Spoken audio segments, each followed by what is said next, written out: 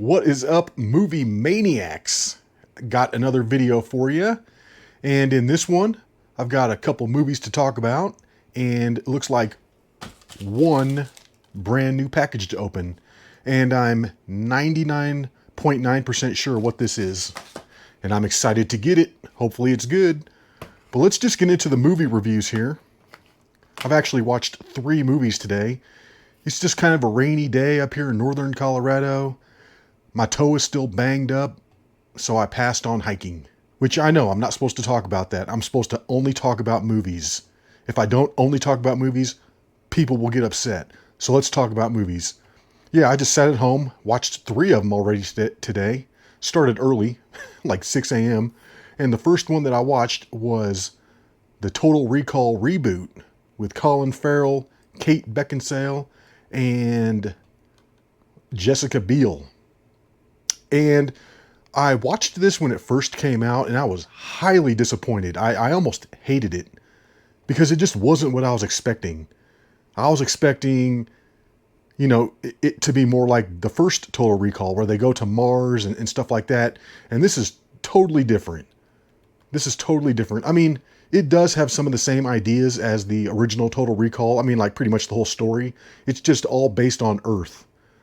And it's, instead of going to Mars, they go back and forth from Australia to Europe with this train that goes through a tunnel through like the center of the Earth.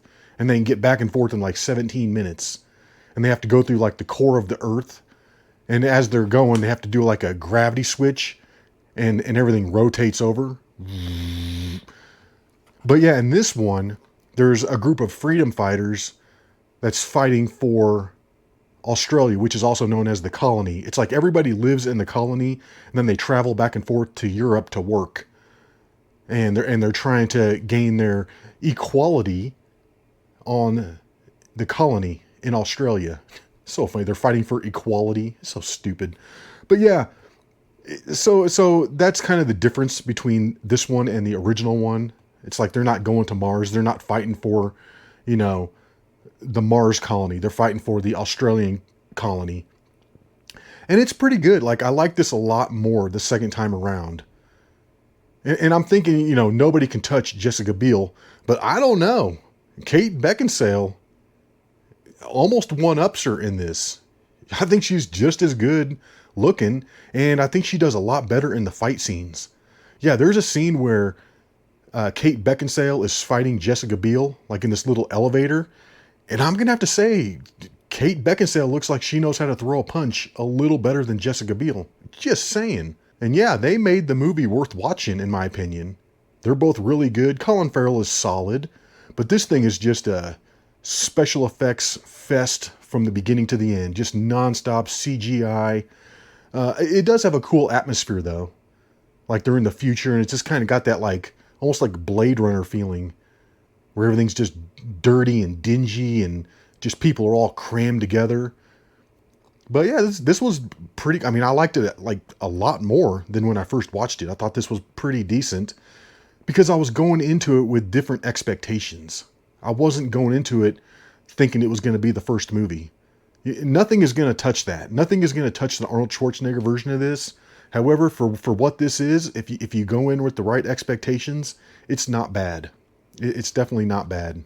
And then the next one that I watched was Eagle Eye with Shia LaBeouf and Billy Bob Thornton. And for this having come out in 2008, it's kind of scary. This movie's nuts. It reminds me of like a newer version of Enemy of the State. Remember that? With Will Smith, I almost said Will Ferrell, but with Will Smith.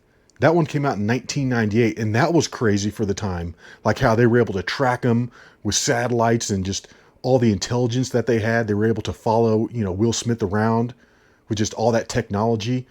This is kind of like that, but it's even more advanced.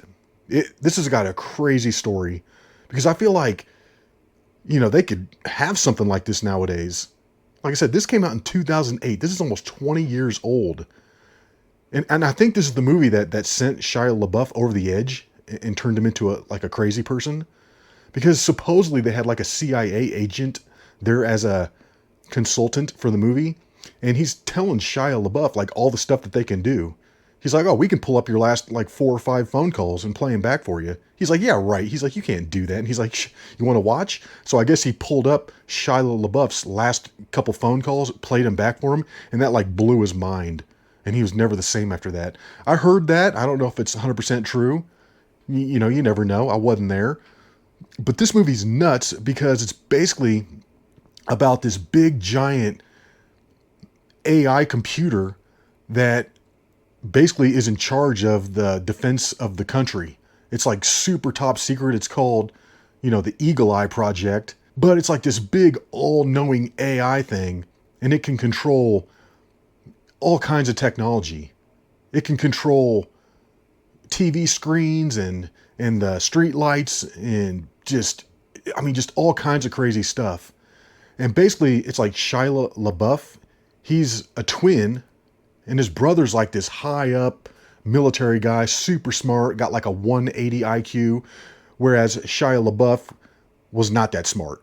He was like the exact opposite of his brother, kind of a dropout, a loser. He'd rather go hiking around in foreign countries, going backpacking and stuff rather than, you know, going to Stanford. And the movie starts out with the US military bombing this like Middle Eastern funeral because they wanted to hit this high profile terrorist target that they thought they had. They were like 51% sure.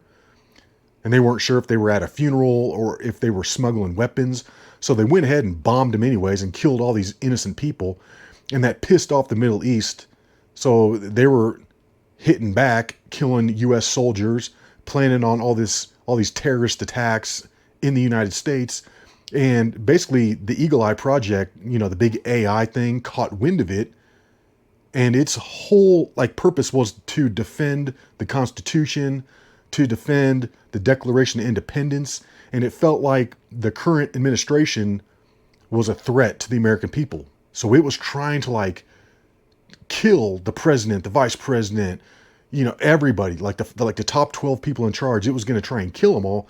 However, it couldn't do it because Shia LaBeouf's brother, his twin brother, was like high up in the military, and he had something to do with the actual Eagle Eye Project, and it needed his clearance to do this, to like continue forward. And his brother put some kind of a like voice activated lock on it, so the Eagle Eye Project couldn't go through with killing all the high end, you know, the president and the vice president and everybody that had to do with the government that was in charge.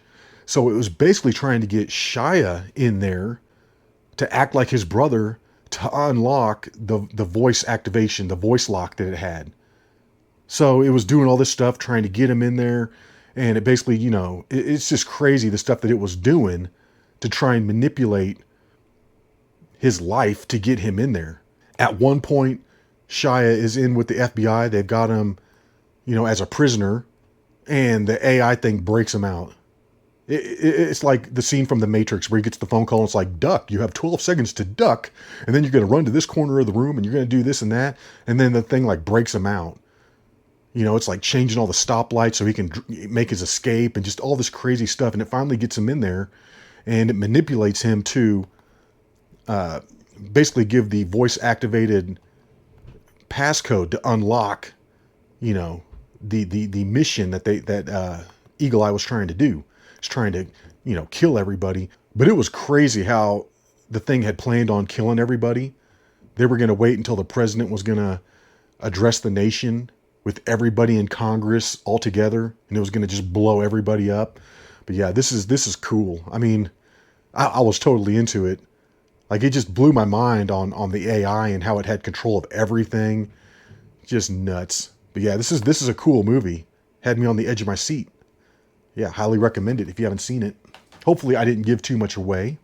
And then the last one that I just got done watching a few minutes ago is Defiance with Daniel Craig and Liev Schreiber. And I didn't know what this was going to be. I had no idea what this movie was about. I thought it was just kind of like a middle of the road World War II movie. I bought it in a big bundle with a bunch of other stuff. So I didn't know. I just read that it was good, so I bought it.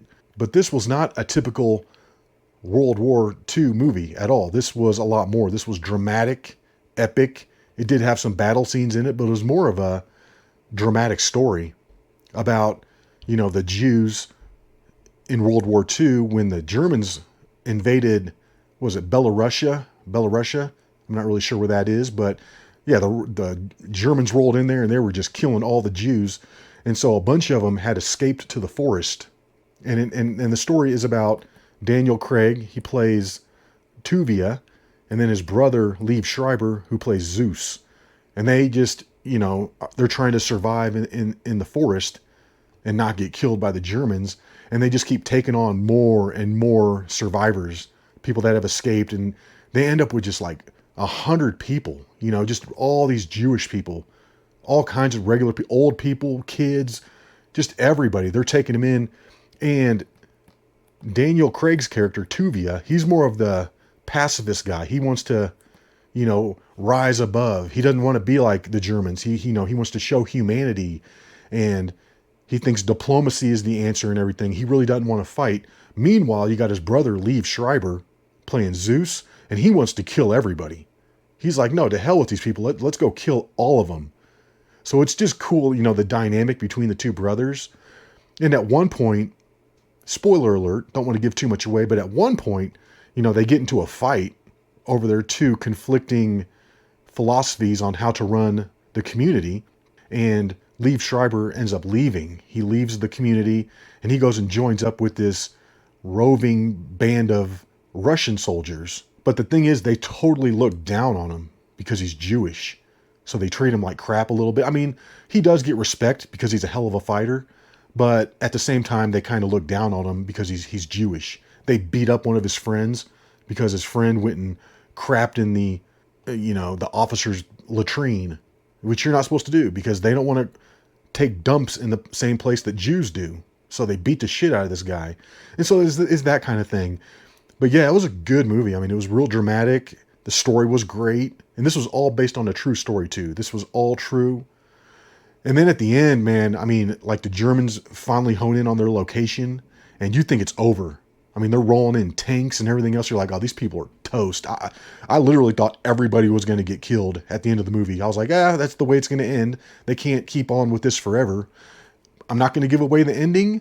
I'm not going to say if that's true or if it's not true, but I'll just say the ending is really good. Excellent. So yeah, this was cool. This was a pleasant surprise.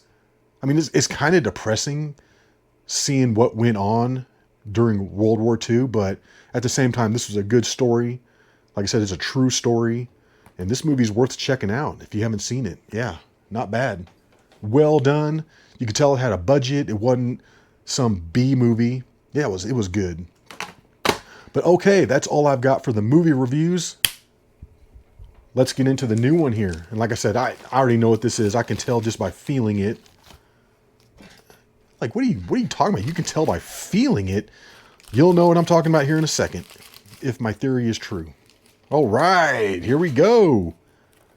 Ninja 2 with Scott Adkins, the famous star of Jarhead 3, The Siege. Same guy, I know. Amazing actor, right? He was in Jarhead 3, and now he's in Ninja 2. And he's also in, Ninja 1. Yeah, I saw Ninja 2 here, and I was like, gotta get it.